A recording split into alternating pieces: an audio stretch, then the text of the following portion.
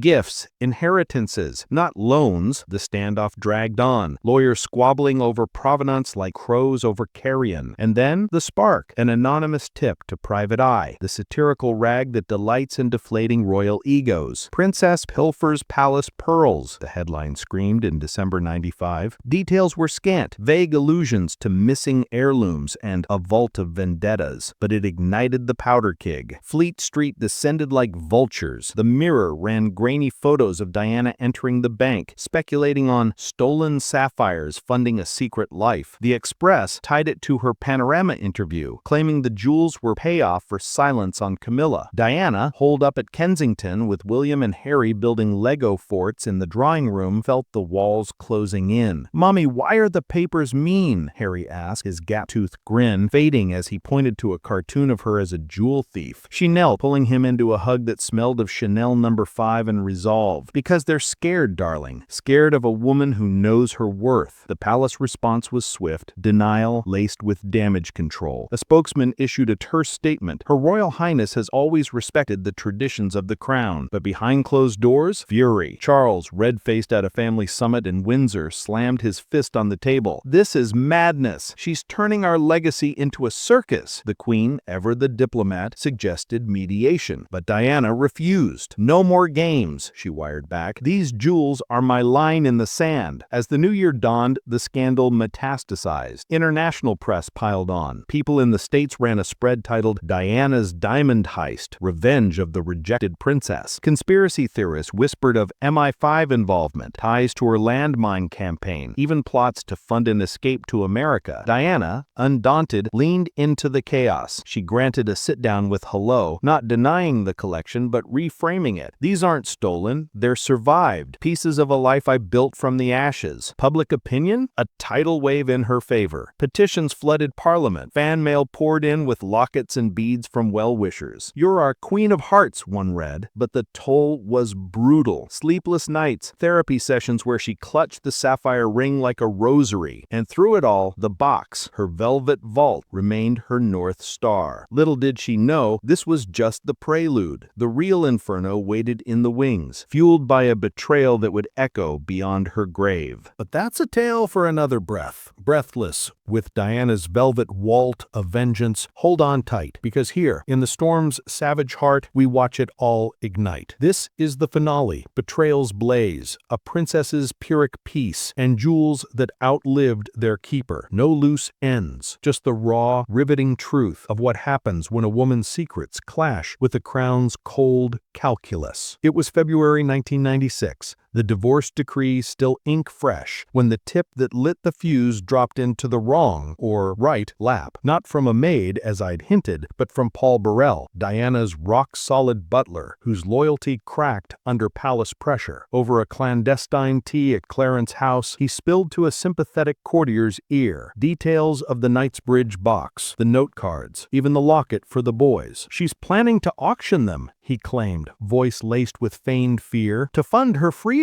Lie or leverage? We'll never know," but it raced to the queen like wildfire on wings. By dawn, the throne room thrummed with triage. Charles, gaunt from guilt and gin, paced velvet rugs. "This ends now, mummy. Retrieve them, or the firm fractures." Elizabeth II, her corgi entourage usually subdued, weighed the scales. Scandal's shadow versus sovereignty's shine. "Not force," she decreed, voice like polished steel. "Offer." Enter the envoy, a silver-haired solicitor, bearing a velvet pouch and a proposal. Full custody of Kensington, a hefty settlement bump, and the jewels' quiet return in exchange for discreet disposal. No charges, no headlines, just erasure. Diana received him in her sunlit sitting room, the sapphire ring glinting defiantly on her finger. "Dispose?" she echoed, a laugh bubbling like champagne gone flat. "These aren't trash, sir. They're my testament." But the boys, William, now 13, sketching warily in the corner, Harry, all freckles and fire, tipped the balance. "Mummy, can we keep the locket?" Harry pleaded that night, oblivious to the siege. Her heart, that relentless engine, surrendered. "For you, always." The handoff was midnight theater, an unmarked Bentley to the bank, Burrell at the wheel, Diana in the shadows clutching the box like a coffin. Inside, the solicitor waited, notepads at the ready for provenance. She signed, eyes dry as desert wind, and watched her stories vanish into crown custody. The pearls melted down for anonymous charity. The sapphire rehomed in a distant duchess's drawer. The locket smuggled back to her by a remorseful Burrell, a final act of grace. But the scandal? It slithered free anyway. Private Eye's scoop morphed into a media maelstrom. The Times thundered the theft of the throne, while Vanity Fair romanticized Diana's diamond defiance. Protests bloomed in Trafalgar Square, tabloids tallied millions in missing sparkle. The palace stonewalled, but the damage dripped. Charles's approval cratered, Camilla's coronation dreams delayed. Diana, phoenix-like, rose in the polls, her panorama poised now laced with lore. "I didn't steal," she told a close circle at a Tuscany villa that summer. "I survived." Tragedy struck before triumph. August 31st, 1997, the Paris tunnels roar. As the world mourned, the jewel's fate whispered through auctions and archives, scattered but scarred with her spirit. Burrell, in his 2001 tell-all, confessed the con, earning exile and infamy. The locket? William wears it still, say insiders, a hidden heartbeat against his collarbone. In the end, Diana's secret wasn't the stones, but the steel they forged in her. She hid not to hoard, but to heal, a rebellion reclaimed even in loss. The palace endures, colder for the crack, but her sparkle, eternal, etched in every heart she touched.